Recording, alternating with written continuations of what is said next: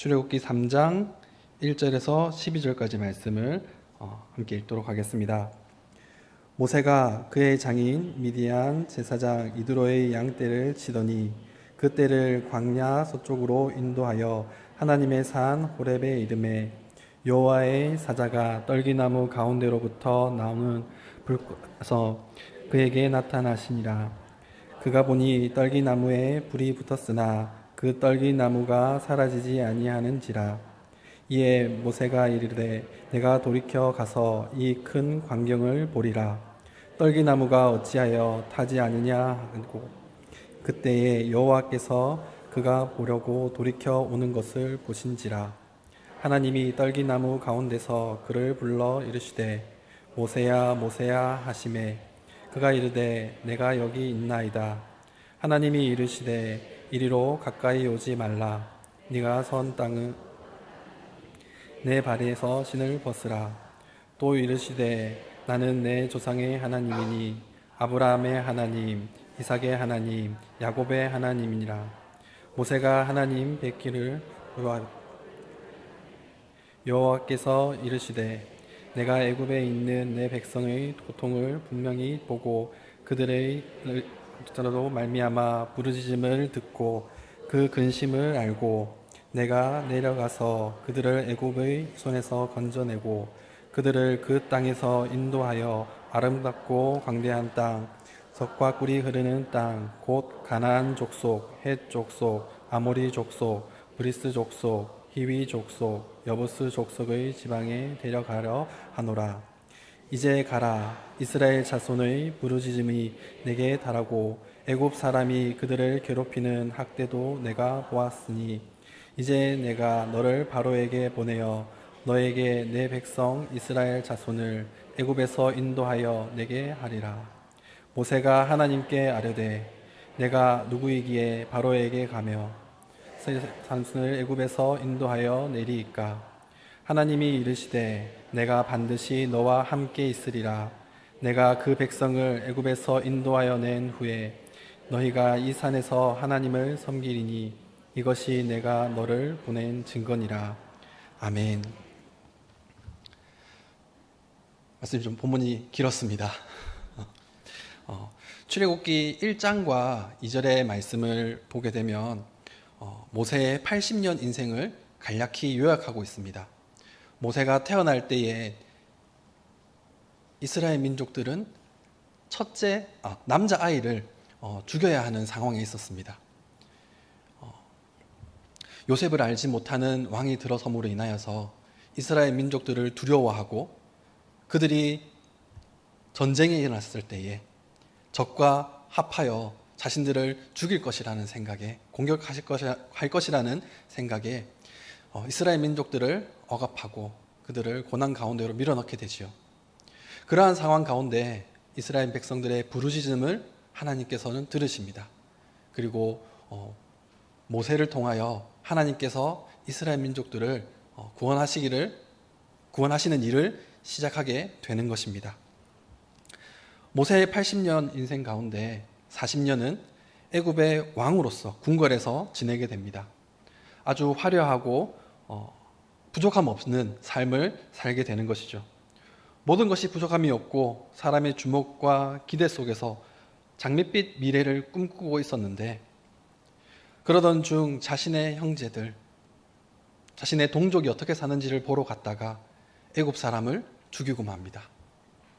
그리고 그는 살인자로서 도망자가 되어 미디안으로 도망가게 되지요. 그리고 그 광야에서 40년 동안 장인의 양떼를 치며 목동으로서 살아가게 됩니다. 화려한 40년과 냄새나는 양들을 치는 그 목동의 40년. 너무나도 극과 극의 상황에 몰리게 됩니다. 더 이상 희망도 빛도 보이지 않는 그러한 상황 가운데서 모세는 양떼를 이끌고 미디안 광야 서쪽으로 향하게 됩니다.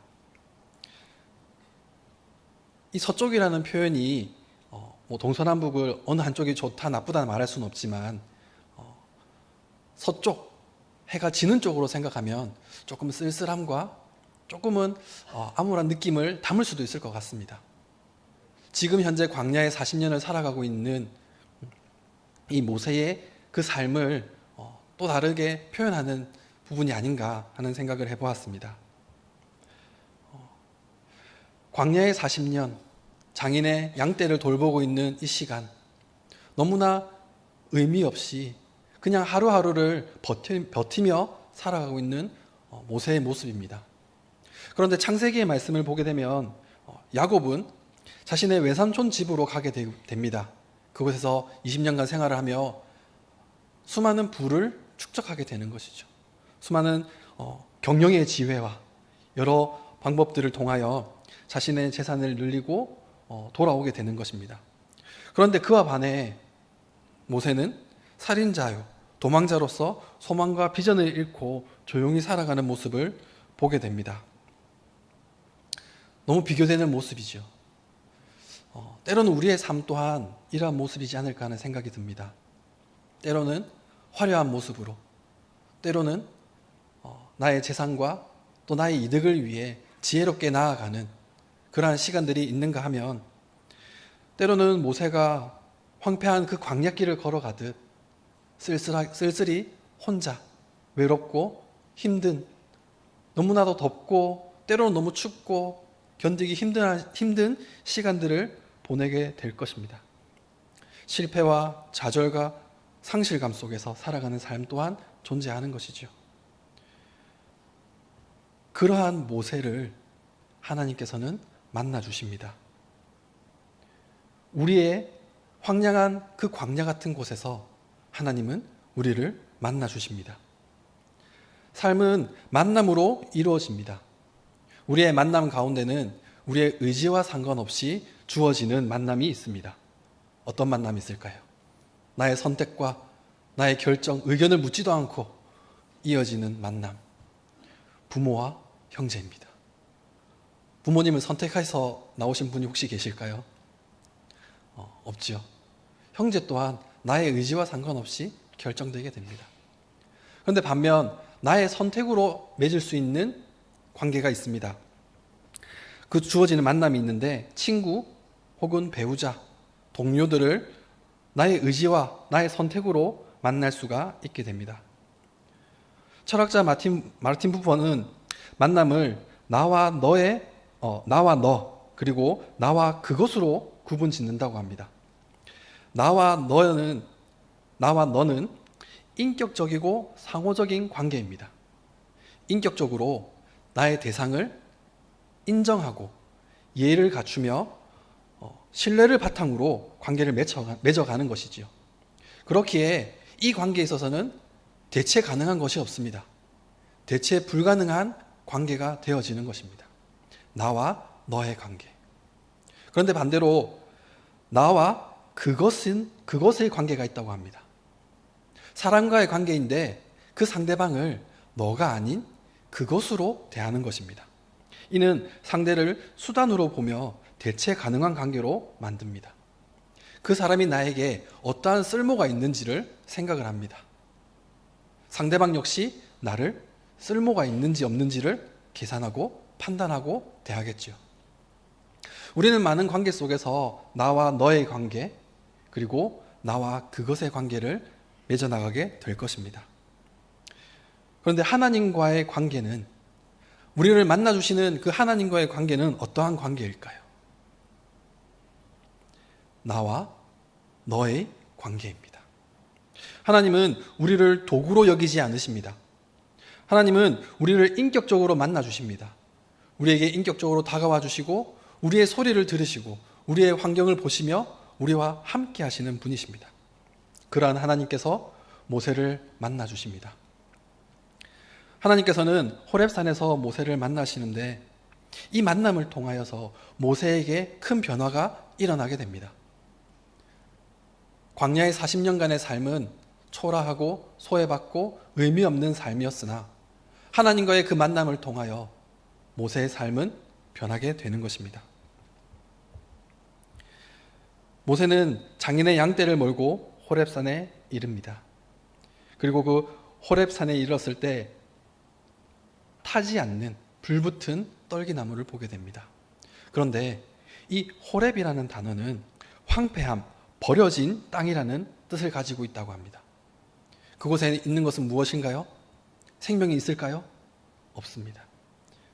그런데 그러한 호렙산을 우리는 하나님의 산이라고 부릅니다. 어떻게 하나님의 산이라고 부를 수 있을까요? 그곳에 하나님께서 임하셨기 때문입니다.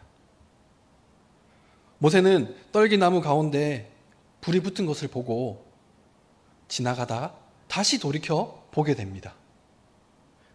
저는 이 부분을 보면서 왜 그랬을까? 굳이 불타고 있는 나무를 보고 놀라고 지나가지 혹은 불을 끄지 그랬는데 알고 보니 이 광야에서 있는 이 떨기나무가 아주 말라 있는 상태입니다. 뜨거운 햇빛이 내려쬐고 있습니다.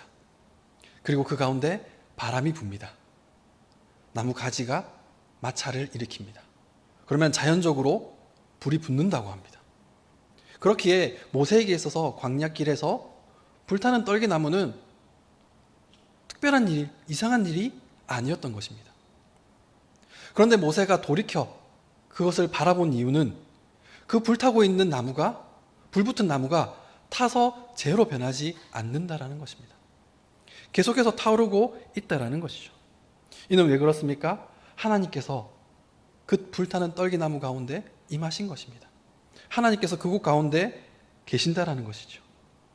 하나님이 보잘것없는 그 떨기나무를, 메말라 있는 그 떨기나무를 빛나게 하시고 그곳에 주목하게 하시는 것입니다.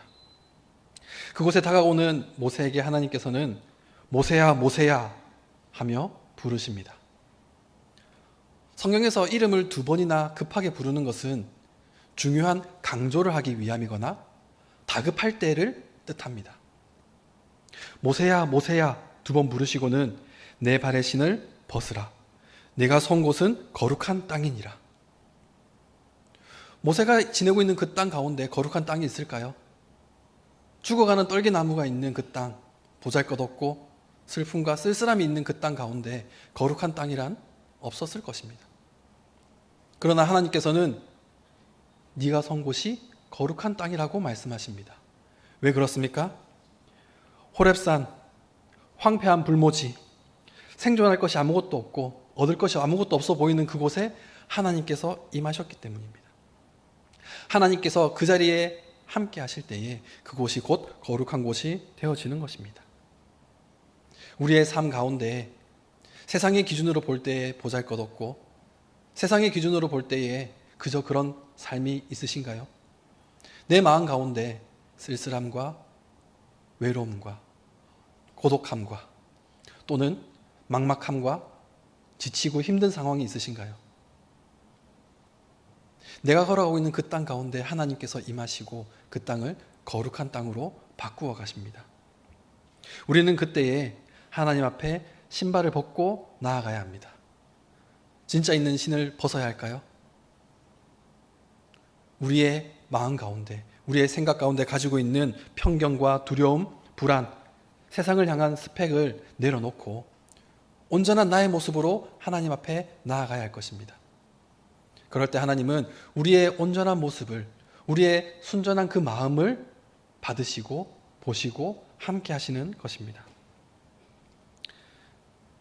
6절의 말씀을 보게 되면 하나님은 모세에게 하나님은 이렇게 본인을 소개하십니다.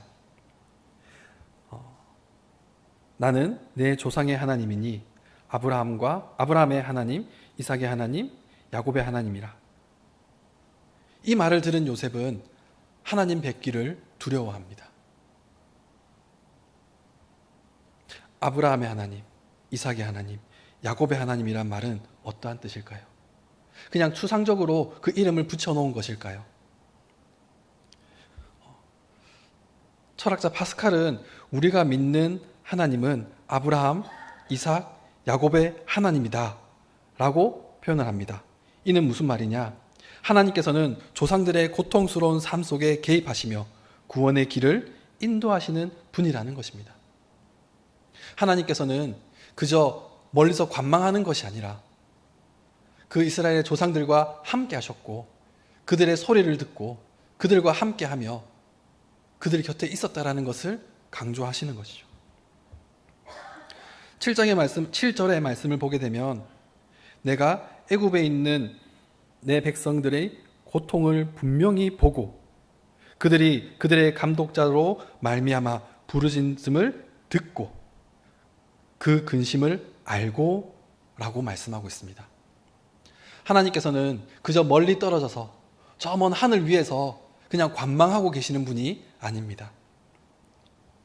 하나님은 홀로 자족하며 그냥 나 혼자 있으면 되지 하고 있으신 분이 아니라 이 땅 가운데서 벌어지는 일들에 관심을 가지십니다. 하나님께서 창조하신 이 피조물 가운데 어떠한 일들이 일어나는지, 하나님께서 사랑하시는 백성들 가운데, 하나님의 자녀들 가운데 어떠한 일들이 있는지, 그들이 어떠한 상황 가운데 있는지에 관심을 가지며 그들과 함께하기를 원하신다는 것이죠. 그래서 그들의 고통을 들으시고 보시고 안다라고 말씀하시는 것입니다. 그리고 하나님은 모세에게 사명을 주십니다. 모세에게 내 백성을 구하라고 말씀하십니다. 네가 가서 애굽에서 종살이하고 있는 바로에게 고통당하고 있는 그들을 구하라고 말씀하십니다. 처음 이 사명을 들은 모세는 벅찬 감동이 올라왔을까요? 그래, 드디어 내가 다시 돌아가는구나. 내가 그곳에 돌아가서 다시 하나님의 역사를 이루고 이스라엘 민족들을 구원해내야지 라는 마음을 가지지 않지요. 11절의 말씀을 보게 되면 모세가 하나님께 아뢰입니다. 내가 누구이기에 바로에게 가며 이스라엘 자손을 애굽에서 인도하여 내리이까. 어찌 보면 모세의 겸손함일 수 있습니다. 자신의 부족함, 자신의 연약함을 알고 저는 그런 자리에 합당한 사람이 아닙니다. 더 나은 사람을, 그 자리에 더 합당한 사람을 찾아보시지요. 사실 이것도 교만한 마음이지요. 그런데 모세가 이렇게 이야기할 수 있었던 것은 자신을 바라보았기 때문입니다. 자신의 연약함을 알기에 하나님께서 하시는 일 가운데 내가 무엇을 할 수 있을까? 내가 그곳에 가서 내 힘으로 할 수 있는 것이 없다라는 계산입니다. 자신의 무능함, 자신의 연약함으로, 그리고 출애굽기 4장 10절의 말씀을 보게 되면 그는 말도 제대로 하지 못한다라고까지 표현을 하죠. 이 모습을 보면 우리 또한 간혹 이러한 모습을 보이게 됩니다.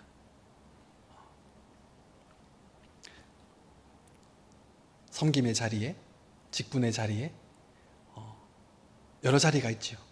찬양대로, 찬양단으로, 교사로, 수많은 봉사와 헌신의 자리에 함께 하자라는 요청을 받았을 때 어떻게 하십니까? 좋습니다. 제가 가겠습니다. 라고 바로 움직이시나요? 역시 동네 중앙교회 멋집니다. 때로는 저는 이번에는 쉴게요. 저는 저 말고 저 권사님이 더 잘하실 것 같은데, 저 선생님이 잘하신다던데, 혹시 이런 모습은 없으셨겠지요? 이것은 우리가 세상의 기준을 가지고 우리의 모습만을 바라보았기 때문입니다. 하나님의 사명은 우리의 능력으로 행하는 것이 아닙니다. 하나님은 우리의 능력에 의존하시는 분이 아닙니다. 하나님께서는 출애굽기 3장 12절의 말씀에 내가 반드시 너와 함께 있으리라고 말씀을 하십니다. 내가 너에게 큰 능력을 다시 줄게, 내가 너에게 지혜를 줄게 라기보다 함께 있겠다라고 말씀하십니다. 그리고 모세가 걸어가는 길을 보게 되면 하나님께서 그 일들을 행하십니다. 우리에게 주어진 사명, 우리가 세상 가운데서 우리에게 주어진 역할들이 있습니다. 그 일들 가운데 두려움과 떨림과 어려움은 나의 기준에서 시작되는 것입니다. 그러나 그 가운데에 하나님께서 임하시고 하나님께서 이 일들을 행하신다라는 믿음을 가지고 나아갈 수 있기를 간절히 소망합니다. 예수님께서도 제자들에게 내가 세상 끝날까지 너희와 함께 있으리라고 말씀하십니다. 이사야서에서도 두려워하지 말라. 내가 너와 함께 있으리라고 말씀합니다. 이 세상을 창조하신 하나님께서 우리와 함께 하기를 원하십니다. 세상을 창조하실 때는 저희가 없었습니다.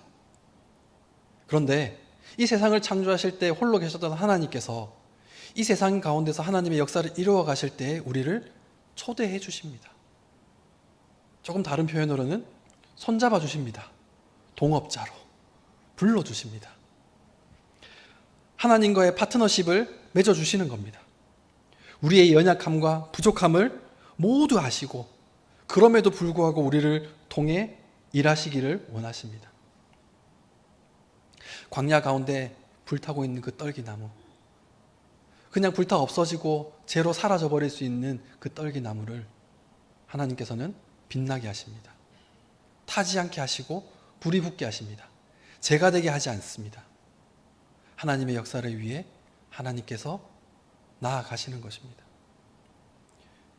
우리의 삶 또한 하나님께 응답하며 나아갈 수 있어야 할 것입니다. 맡은 자에게 구할 것은 충성이라고 합니다. 우리에게 맡겨진 사명이 무엇입니까? 교회에서, 삶 속에서 우리에게 맡겨진 그 사명을 우리가 잘 감당할 수 있기를 소망합니다.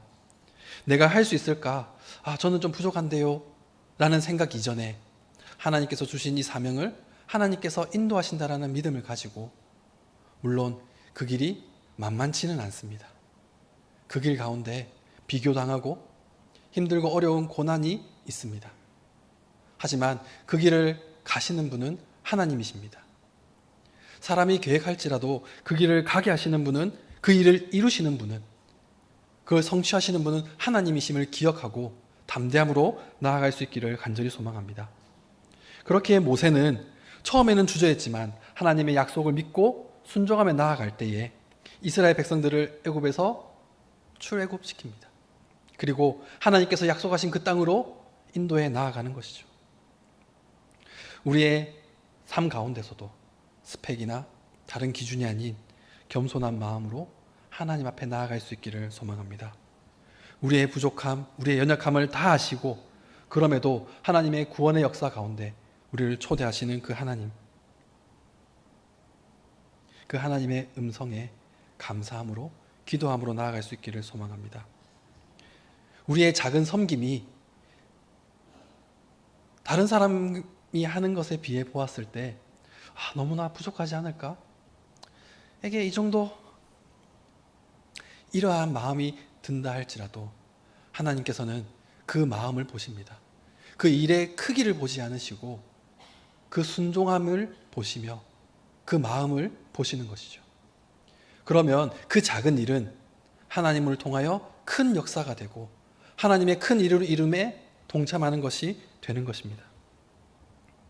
공동체 가운데 정말 사소한 일, 아무도 알아주지 않을 것 같은 일을 찾아가는 것 또한 하나님을 섬기며 하나님 앞에 동행하며 나아가는 삶인 줄을 믿습니다. 사랑하는 성도 여러분, 하나님께서는 호렙산에서 모세를 부르십니다. 그리고 오늘날 하나님께서는 우리의 광야 같은 그 길 가운데서 우리를 부르십니다. 그리고 우리에게 사명을 주시며 우리와 함께 하겠다라고 말씀하십니다.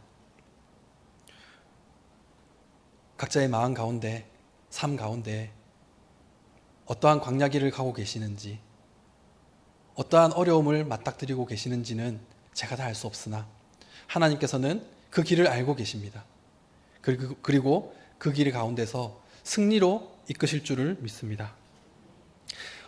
하나님의 그 음성을 듣고 또 하나님의 그 음성을 듣기 위해 기도하고 하나님께서 우리에게 주시는 그 은혜와 능력으로 생명력 넘치는 거룩한 삶이 될 수 있기를 간절히 소망합니다. 이 시간 우리 함께 기도하기 원합니다. 우리를 사랑하시고 우리를 인도하시는 그 하나님께서 우리에게 지혜와 힘을 주시기를 원하는 마음으로 이 시간 우리 다 같이 함께 통성으로 한번 기도드리겠습니다.